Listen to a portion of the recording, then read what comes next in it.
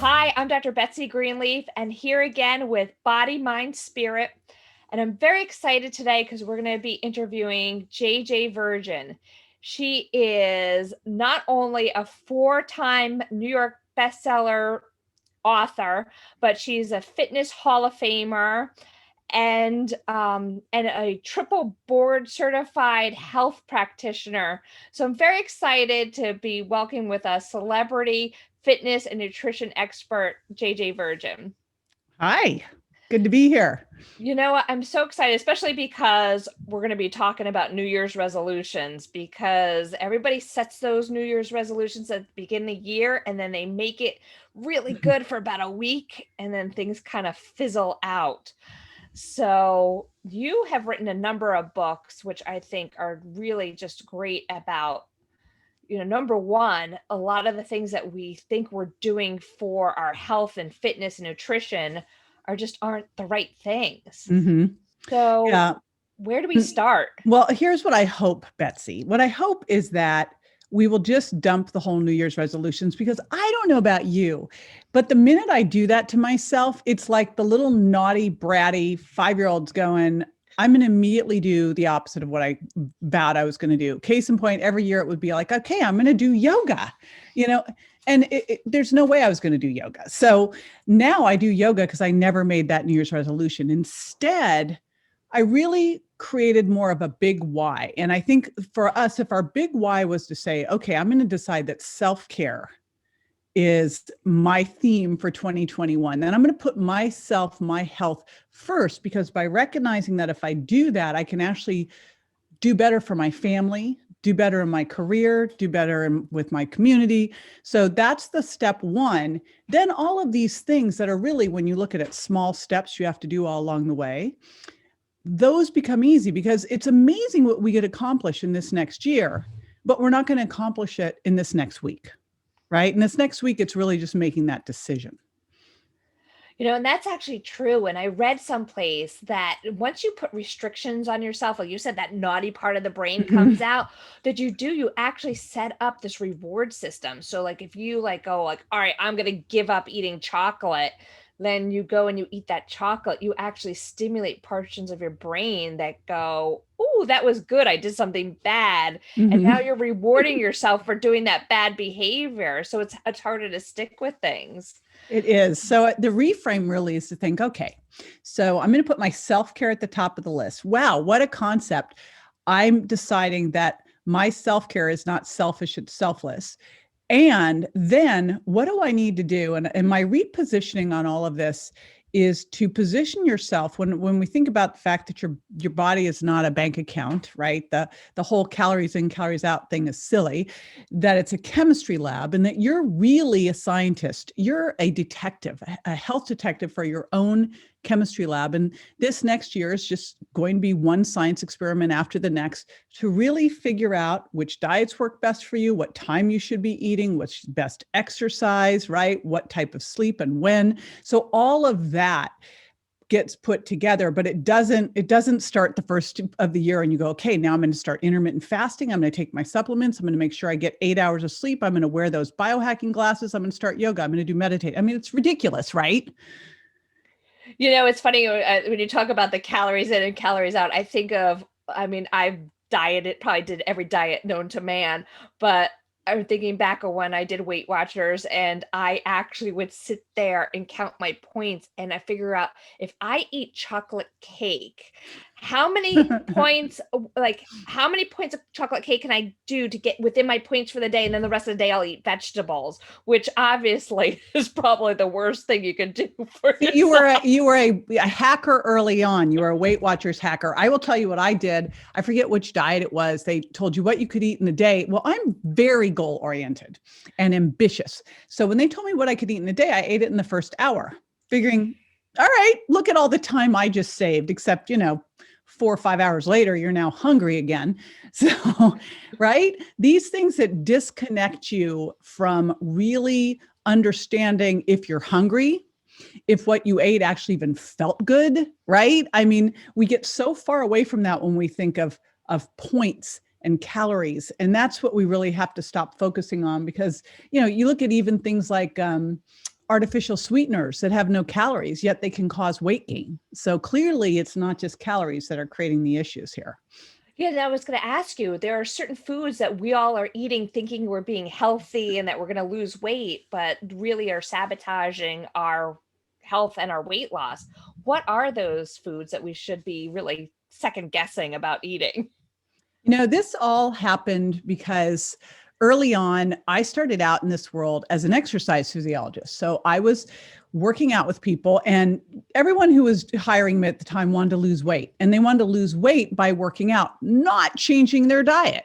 Well, if you want to lose weight, really the first thing you need to do is change what's at the end of your fork, right? Exercise is really what helps you keep the weight off. It changes your metabolic rate. I say it's like having a higher interest credit card. It's going to spend more calories, right? It's going to cost more.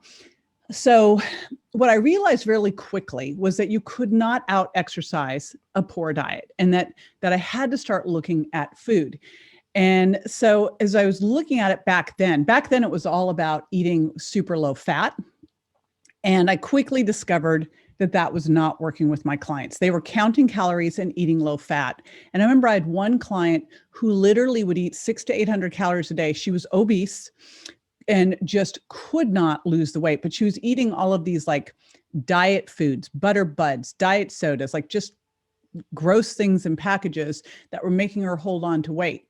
So I started to look at this and go, all right, what if we're following the wrong set of rules? Again, what if our body is not a bank account? What if it's a chemistry lab and food is the first piece of information to that chemistry lab that's really going to decide whether you store calories as fat or burn them off as fat? I know what I want to be, a fat burner, right?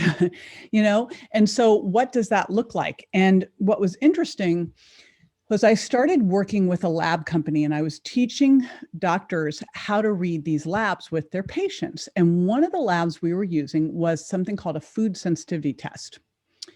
And so what would happen was people would come into the office and they would complain about gas and bloating and headache and weight gain and cravings and skin issues and fatigue and joint pain and belly fat. And so we would have them take this test. It took 3 weeks for the test results to come back. So they had nothing to do for 3 weeks, right? So they take the test, they come back in 3 weeks. And pretty much as I started to look at more and more of these tests, these people were sensitive, and gluten was a different type of test, but they were sensitive to gluten, eggs, and dairy. Then the next level were corn, soy, and peanuts. And so after doing this for a while, I thought, they've got 3 weeks before the test comes back. Why don't I just pull out all of those things that are the most common problems?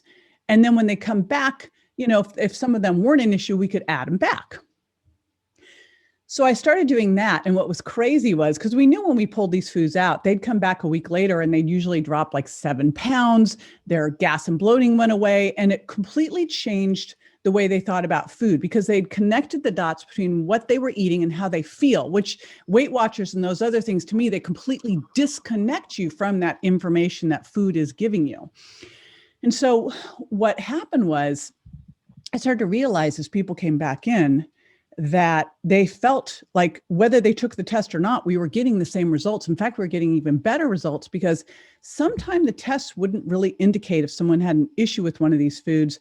But when you took it out, gave your body a time to detox, heal the gut, reset, and find that new normal, find what feeling good really feels like, we could come back in, test that food, and they go, wow, my weight just shot up 2 pounds, or wow, now I'm super tired, or my skin broke out, or I'm bloated. And, once you know that about a food, like if you know that you eat cheese and your skin breaks out and you're get a headache, you think twice about eating it, right? It's funny because I know that I have an issue with pizza.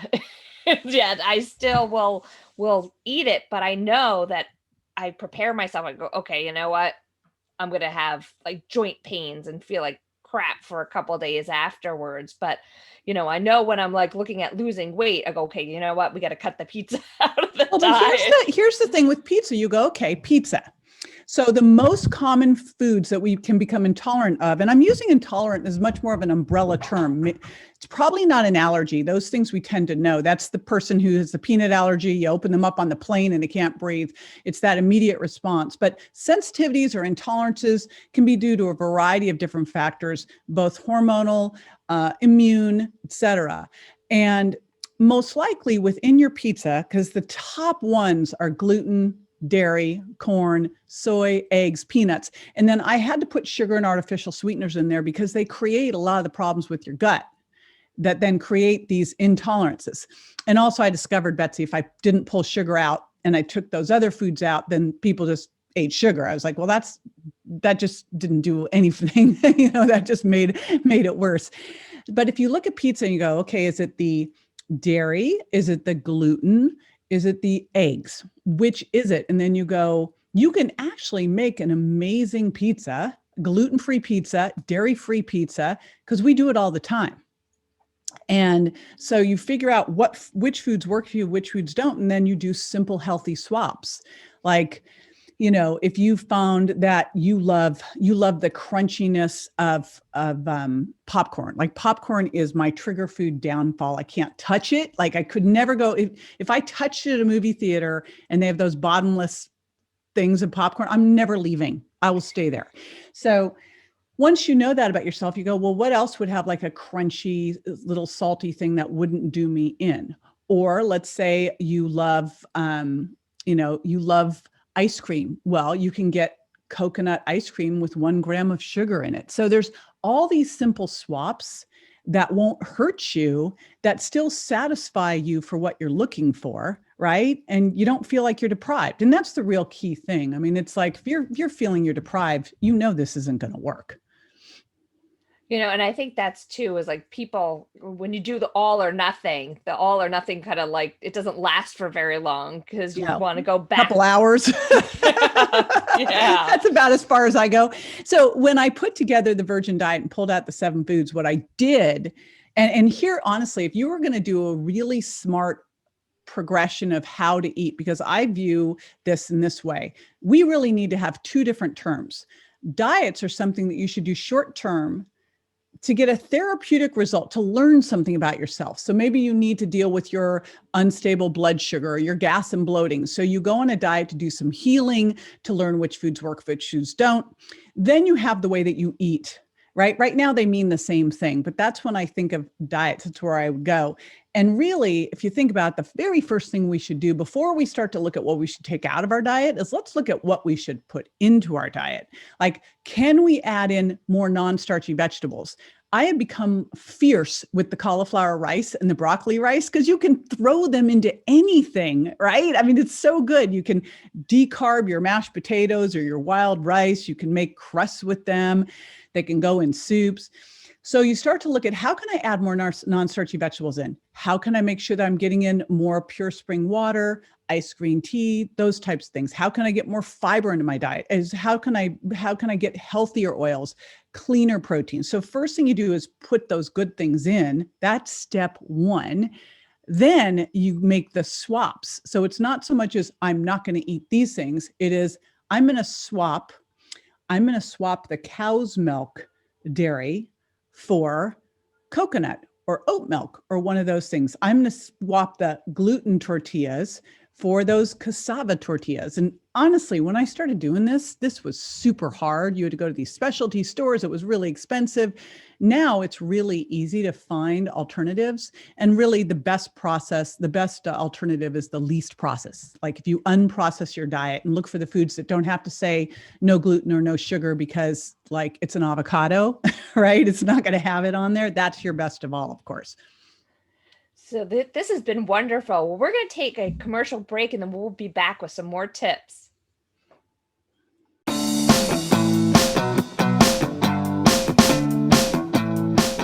Mr. Happy Living here. I love good things made by good people. That's why I love Zona Plus, the world's first software-controlled handheld device that improves cardiovascular health using isometric exercise. You're going to love yours too. I use mine almost every day to keep my blood pressure right where it should be. It also helps maintain healthy blood and oxygen flow and bone density. And it increases the production of nitric oxide, which also increases blood flow and lowers blood pressure. All good stuff. But what really surprised me is this little device has been adding muscle to my biceps too. I walk around all day long feeling pumped. Check them out at happyliving.com and select Partners in Happy for $50 off. Plus, for every order placed in the month of January, I'll donate $50 to WYTV7 and another $50 to Life Vest Inside.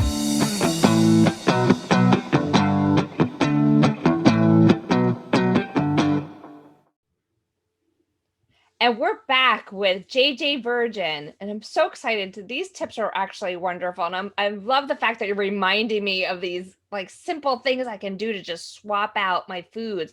Especially like I remember back in the day when I was sitting there having to rice my own cauliflower, and I love the fact I don't think I've done it myself in years because it was such a pain in the butt. It actually really wasn't a pain in the butt. I'm just lazy, but now I just go buy it frozen, and it takes like very little time. I know. And the great news about having things like that in your freezer, because you really want to look at how do I stock my fridge, freezer, and pantry so that I never get in trouble. I will tell you, Betsy, I remember when I was on Dr. Phil, I had to go to this gal's house to restock her house because she couldn't lose weight, but she had no food in the house. And the way she was going to handle not eating was to put no food in the house. Well, here's what she did. At about 11 o'clock at night, guess where she went? Yeah, go out to go get food. Right. She go to either the drive-through or the gas station. Neither of those really would be my like top choice of like, where should we go find healthy food? And then she stashed things in her glove compartment of her car and in her bedroom, in like her bureau drawers. I go, okay, just because it's not in your kitchen doesn't mean it's not like, it's just like, I'll stand up and eat, it won't count. So it's really important to get the right foods in there. And gosh, you can so stock up your freezer. I think the pandemic showed us that. Like we were in there, we had stashes of peppers and mushrooms and cauliflower rice and riced broccoli and great clean protein so that you can make you just come home, you can make a dinner quickly. And literally you can make a dinner in 15 minutes. Yeah, no, it's so much better. And especially with all the products that are out there nowadays. Like I remember in the past trying to find something gluten-free was next to impossible. Right. But yeah, so when you're talking about sugars and there's hidden sugars and things that we don't think of because we go, okay, we know sugar's not good for you, but what other things should we be looking out for when it comes to sugar? And the crazy stats are right at the turn of the 19th century, we were eating on average 5 pounds of sugar per person a year. And at the turn of the 20th century, it was 150 pounds of sugar per person per year. At the turn of the 19th century, there wasn't any obesity. It was like 0.2% or something crazy versus now we've got 70% obese or overweight, more obese than overweight. And I think it's now like 4% morbidly obese. That is just insane. And here's what's crazy. We're eating less table sugar than ever. And in fact, when I wrote the Sugar Impact Diet, I went to the store and I go, okay, I'm going to get those sugar cubes to do the really cute little thing. I couldn't find any. There weren't there. However, we're eating more sugar than ever. What gives? It's just what you talked about. Sugar is sneaking into places you would never expect. It is crazy that you would get a low-fat, light raspberry vinaigrette thinking that you're going to do great because you're going to go have a salad, not knowing that when you pour that light raspberry vinaigrette on your salad, you just turned your salad into a sundae because of all the crazy hidden sugars in there. Same with marinara sauce. It can have more sugar than a serving of Oreo cookies. And none of us are sitting down going, I'm going to be good today. I'm having Oreo cookies, right? Or walking through the line at Starbucks and going, I'm going to be good today. So I'm going to have the healthy morning muffin and I'll have the skinny latte, not realizing that the healthy morning muffin actually has more sugar than 2 Hostess cupcakes. So we have to be super duper aware. And the bigger challenge is, and this is really frustrating, is that the labels lie. And so you really have to know what you're looking for there, because one of the things that labels can do is they can put no sugar added. This is legal. You can put no sugar added on the label and use fruit juice concentrate to sweeten something. Well, apple juice concentrate has more fructose than high fructose corn syrup. So just because it's all natural, like honey, doesn't mean that it doesn't tell your body, hey, you just had sugar, because to your body, once it's in your mouth, it's all the same stuff. And it's going to raise your blood sugar, raise your insulin, and tell your body to store fat, especially around your waistline, not burn it. That is crazy. I didn't realize that about the no sugar added. I know. It's Makes me really very upset. Well, because people are trying their hardest, and mom goes to the store and she gets the yogurt for the kids and it says no sugar added, fruit on the bottom, right? But it's garbage because it's apple juice concentrate, or the fruit leathers, or all this stuff. By the way, dried fruit is candy and jam is syrup and fruit juice is soda. Just think of it like that. Have real fresh fruit. That's something I'm battle with my kids all the time. Like if they're in the supermarket with me, they're always like pointing to these fruit snacks. And I'm like, guys, that is no different than candy. They're like, no, Mom, it's fruit. I'm like, no, it's not. No, see this apple, this is fruit. Yes. This little apple snack in the package with the jelly thing, that's not fruit. Yeah. Yeah. What about motivation for exercise? How do you find that? Well, I think one of the things that you need to do with that is just, get started and start simple. And what we measure and monitor, we can improve. So I'm really big on tracking, whether it's a Fitbit, an Apple Watch, whatever. Just decide, you know what, I'm going to start tracking this in my journal. In fact, journals, when you look at it, what are the most important things you can do in a diet? It's like the biggest determinant of diet success, writing it down and keeping weight off, weighing it every day, writing it down. And exercise, just get started. The first thing that you do is you just move more and you track it. And you just say, okay, every day I'm just to move a little bit more until I consistently see that I'm moving an hour's worth a day, which, by the way, it all counts. But in order for it to really count as exercise, you have to get hot and sweaty, and it should hurt a bit. The cool thing is it doesn't have to be for long. It can literally be, 10 to 15 minutes of big movements. But you start just by literally measuring and monitoring it. Super important. Sometimes I find with my patients, they're like, oh, I can't exercise because my knees hurt, or like I have difficulty walking. And I try to tell them it doesn't matter what part of your body is moving, move whatever you can move. So if it means move your arms up and down, then do that. You do whatever you have to do. Those excuses never worked for me. When I was 17, I was a point ballerina. I'm 6 feet tall. That's ridiculous. And my body thought so too. I tore my ACL. So I've had knee problems that resulted in a total knee replacement a couple of years ago, my whole life. And so people would start this whole hem-haw of why they can't do it. And I'm like, listen, I'd go get knee surgery, come back, get on the Schwinn Airdyne, use my arms and one leg. You can find a way, right? Winners find ways. So you just ask, what can I do to exercise? And you figure it out. Because it is like, if you look at the single most important thing to keep weight off, it's going to be exercise. But even more than that, you want to have a good brain. Exercise is like the most important vitamin for your brain is exercise. Talking about that, there's all these different types of exercise. I remember I was reading your website about how back in the day you were at the leotard and the leg warmers doing aerobics. I rock that, my friend. Which I love. But, is there something that we really like? Is there certain types of exercise we need to be focusing on, like aerobics versus weightlifting versus? I think there's 4 areas, and I do them in this order. I think this is the order of priority, unless you've got an extenuating situation like you're super stressed, in which case I'd flip it. But for most people, the first thing I have you do is just move more. So the best thing you could do there is get a dog. Then you have to. The second thing is to add in high intensity interval training. And that is where you do an all out movement for 10 to 60 seconds and you recover for twice as long to accumulate 4 to 8 total minutes of bursting. So as you can see, that's like 10 to 15 minutes. So that could be going up the stairs, walking back down them, going up the stairs. It could be jumping rope, jumping jacks, walking, whatever it is. It would be walk, sprint, whatever it is that works for you. Once you've done that, you add in resistance training. And this is so critical for your metabolism. It's the single biggest way you can make sure your metabolism is really working is by doing resistance training so that you hold on to or build muscles, you're losing fat. It's also where you improve insulin sensitivity. And it's also how you make sure that your bones stay healthy. So that's things like push-ups and pull-ups and squats and sit-ups and all of that. And then the other piece of that is flexibility. And in that, I also put mindfulness. So those are things like more of the restorative style of yoga.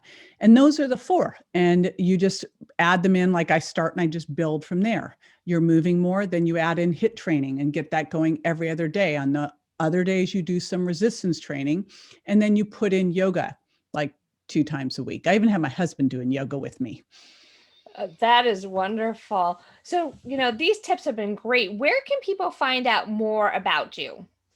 jjvirgin.com. And we make sure we've got tons of cool stuff there, from my Ask the Health Expert podcast to all of our social media sites, to loads of recipes, etc. So what I really wanted to do, Betsy, was make sure that you have no excuse for not getting going, because all of the information's right there for you. That is great. I really appreciate it. And I also want to take the time to thank our listeners and our viewers. And if you enjoyed the programming on today's show, then visit WYTV7.org and feel free to donate so that we can keep bringing good programming like this to you. Also, if people want to find out more information about me, just go to drbetsygreenleaf.com or follow me on social media. So, wrapping it up. So this is our New Year's special, in that we're going to get ourselves going, eat healthy, get moving. And Jay, did you have any final words to motivate people? Remember, that first most important resolution is to put yourself first. And that is not being selfish. When you really look at it, when you take care of yourself, it's the most selfless thing you can do, because then you can really be more and show up more for everybody else. Great. Thank you once again, JJ, for being with us. Thank you. And just remind people, follow us again next week, same time, for the Body, Mind, Spirit Show.